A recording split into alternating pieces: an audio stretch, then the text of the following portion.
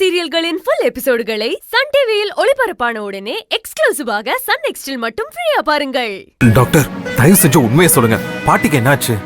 இங்க பாருங்க, நீங்க எல்லாரும் பொறுமையா கோஆபரேட் பண்ணாதான் நான் உங்களுக்கு ட்ரீட்மெண்ட் பண்ண முடியும். டாக்டர், நாங்க எந்த டிஸ்டர்பன்ஸும் பண்ண மாட்டோம். அம்மா இப்ப எப்படி இருக்காங்க? அவங்களுக்கு பிபி அதிகமாகி பிரெயின் ஹெமரேஜ் ஆயிருக்கு. ஐயோ டாக்டர், அம்மா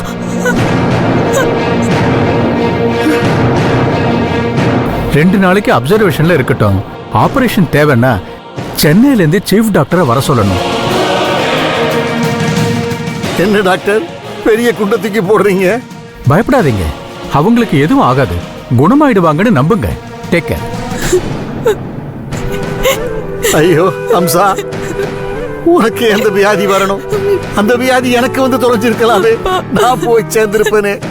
நீ இல்லாம நான் எப்படிமா வாழ போறேன்?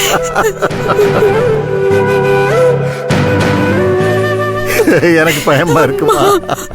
தாத்தா, நீ அழாத, அவங்களுக்கு ஒண்ணும் ஆகாது. பாட்டி நல்லபடியா திரும்பி வந்துருவாங்க. டாக்டர் தான் எதுவும் ஆகாது, நம்பிக்கையா இருங்கன்னு சொல்லிருக்காருல்ல. அழாத தாத்தா, ப்ளீஸ். ஆமாம் தாத்தா, நீ அழுதேனா எல்லாரும் மனசு விட்டுருவாங்க. ப்ளீஸ் தாத்தா, அழாத.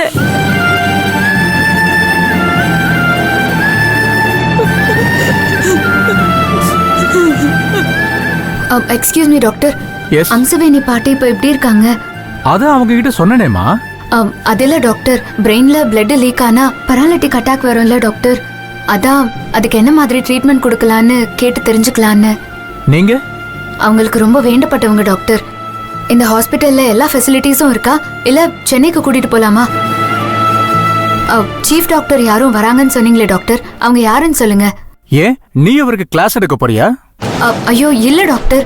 என்னமா நினைச்சுக்கிட்டு இருக்க உன் மனசுல? இந்த ஊர்லயே பெரிய ஹாஸ்பிட்டல் எங்களுக்கு தான்.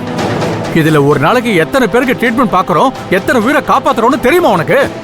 சாரி டாக்டர், நான் அப்படியெல்லாம் மீன் பண்ணி கேட்கல. பேசாதமா, எல்லாம் தெரிஞ்ச மாதிரி உன் இஷ்டத்துக்கு கேள்வி கேட்கிற. அது இருக்கா இது இருக்கான்னு சீஃப் டாக்டர் என்ன படிச்சிருக்கான்னு சொல்லிட்டு தான் உன் பாட்டுக்கு ட்ரீட்மெண்ட் பண்ணணுமா? டாக்டர், என்ன சொல்றாங்க? யாருப்பா அது? ரொம்ப ஓவரா பேசுது.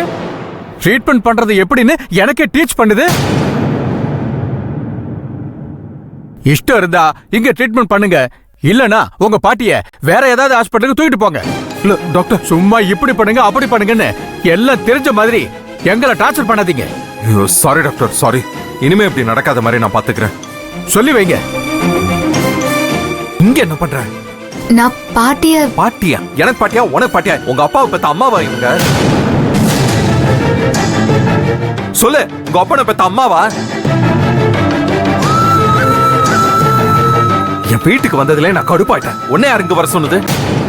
எப்ப பார்த்தாலும் வந்து பிரச்சனை பண்ணிக்கிட்டு இருக்கேன். ஹாஸ்பிட்டல் ஆச்சான்னு பாக்குறேன், இல்ல அடிச்சு மூஞ்சி கிஞ்செல்லாம் உடைச்சிருவேன். கிளம்பு.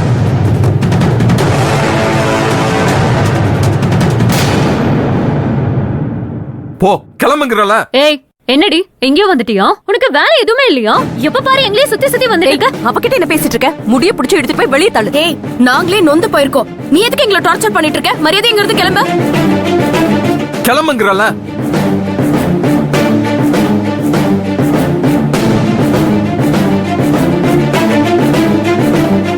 கதிர், அவ இப்படி எல்லாம் சொன்னா கேட்க மாட்டா. நீ ஓம் பாஷையில சொல்லு. ஏய், அங்க உன் பாட்டி உயிருக்கு போராடிட்டு இருக்காங்க. நீங்க என்ன இங்க பொறுப்பு இல்லாம சண்டை போட்டுட்டு இருக்கீங்களா? அது நாங்க இல்லமா, இவதான். அப்பாவை கூப்பிடு. ஓகே மா, இன்னும் எதுக்குமா நீ இவ்வளவு நிக்க வச்சு பேசிட்டு இருக்க? இவ்வளவு வெளிய போ சொல்லு. இவள பார்த்தாலே ஆத்திரமா வருது. அப்படியே கழுத்து பிடிச்சு. ஏய், என்ன விட பெரிய கோவக்காரியா நீ? இது ஹாஸ்பிட்டல், கொஞ்சம் அமைதியா இருங்க. மாமா மாமா, ரங்கநாயகி கூப்பிடுறா. என்னப்பா? ரங்கநாயகி உங்களை கூப்பிடுறா.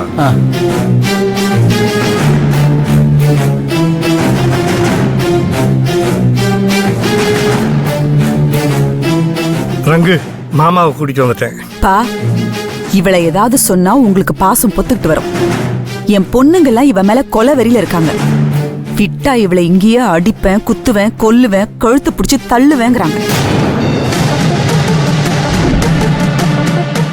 நான் தான் எல்லாரையும் அமைதியாக்கி வச்சிருக்கேன்.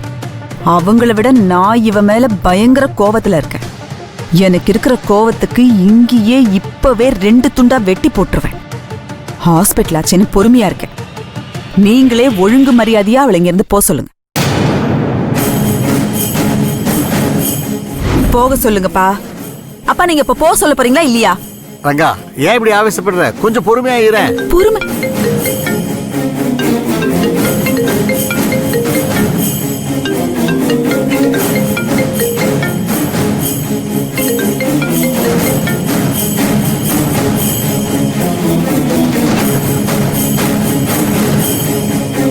அம்மாடி, இங்க இருக்கிற சூழ்நிலையை புரிஞ்சுக்கோ.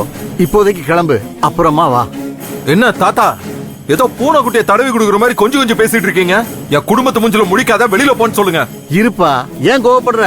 நான் தான் போக சொல்லிட்டேன்ல.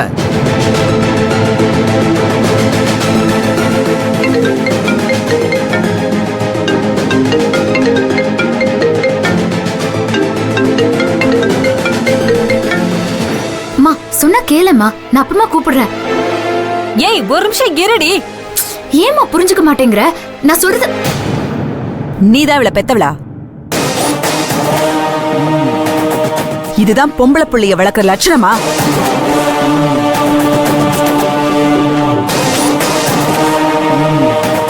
நீ பாட்டுக்கு புள்ளைய பெத்து தண்ணிய தெளிச்சு எங்கேயோ போ எப்படியோ போன்னு விட்டுட்ட. அவ இங்க வந்து என் குடும்பத்துல குடைச்சல் கொடுத்துட்டு இருக்கா.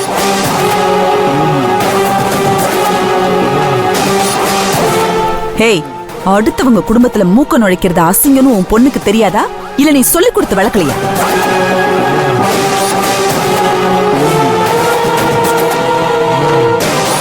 எப்ப பார்த்தாலும் எலும்பு துண்டுக்கு அலையிற ஏதோ மாதிரி என் குடும்பத்தையே சுத்தி சுத்தி வரா.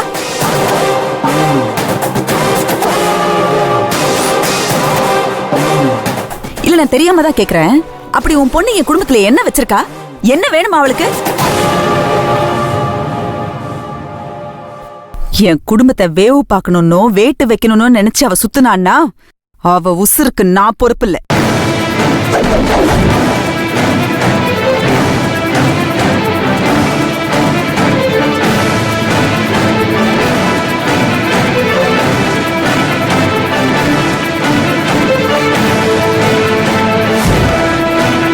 இங்க பார், இதான் கடைசி. நான் அவகிட்ட பல தடவை இங்க வரக்கூடாதுன்னு பேசிட்டேன், திட்டிட்டேன், அசிங்கப்படுத்திட்டேன். அவளுக்கு சொரணையே இல்ல போல இருக்கு. அதான் என்ன சொன்னாலும் இங்கேயே வருவேன்னு அப்படியே நிக்கிறா. நீ யாரு என்னன்னுலாம் எனக்கு தெரியாது. ஆனா இந்த ரங்கநாயகி யாருன்னு இங்க இருக்கிற எல்லாருக்கும் தெரியும்.